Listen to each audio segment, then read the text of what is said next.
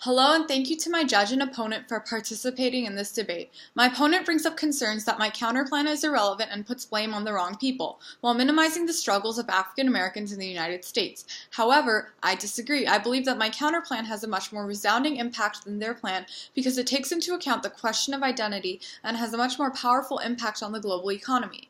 My opponent still fails to address my point as to who gets these reparations. Now, this is once again problematic because my opponent is promoting essentialism and the invisibilization of other forms of oppression. It would be difficult for us to identify who is an African American, and in doing so, we would have to do extensive genetic testing or taking blood quantum, which can take several years to ascertain. Secondly, putting people into such rigid categories is dangerous because it generalizes an entire population of people. It anticipates certain expectations on how a person should act and behave, and strips them of their agency to claim their own narrative and sense of identity. This applies to the case of African Americans because African American is a term that erases Afro-Caribbean identity and Black identity, who have faced different forms of oppression.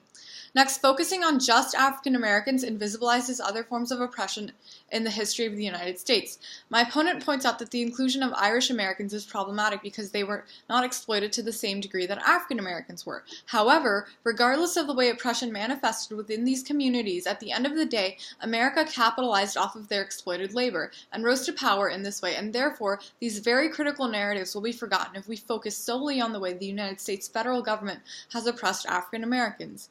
Additionally, my opponent neglects the other groups I gave in my arguments, for example, the Chinese Americans, Latinos and Latinas, and other migrant workers in the United States who are a major part of this conversation.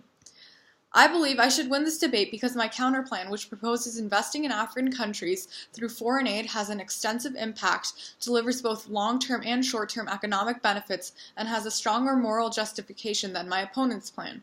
First of all, it's important that we look at America as a settler colonial nation-state. In other words, a country that rose to power by stealing the land of other people and then exploiting the labor of others. Colonialism is what allowed for the rise of power of many problematic structures we see in American society today, such as anti-blackness, labor and wage theft, political marginalization, and violence. Giving money to African countries will attack the legacy of colonialism and dismantle colonial structures in America directly because it is a symbolic way to address the issues of colonialism and make the world a better place. Additionally, these countries are in the conditions they are today because of colonialism and the slave trade. Now, my opponent points out that European government should allocate for these reparations and not the United States.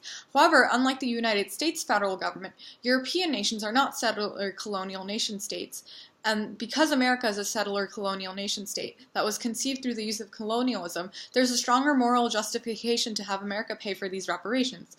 Next, I believe I should win because my plan has a stronger benefit than my opponent's. My opponent's plan is simple and ambiguous investments in education. However, my plan is an empowering one because that impacts the entire world. Providing African nations with foreign aid will allow them to build their infrastructures and economies.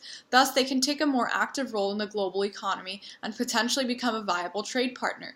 Trade is positive because it helps generate revenue and is ultimately better for the rest of the world, as it helps stabilize international trade markets. Lastly, I would like to point out that I have better sources and qualifications than my opponent, which help validate my arguments. I use critical race scholars who provide indigenous critiques on reparations, critiques on identity, and economists that justify the need for investing in Africa. My opponent does not provide any sources to corroborate their claims. In conclusion, I believe I should win this round because my counterplan has a much more resounding and sustainable impact on the world and promotes justice that is inclusive and empowering.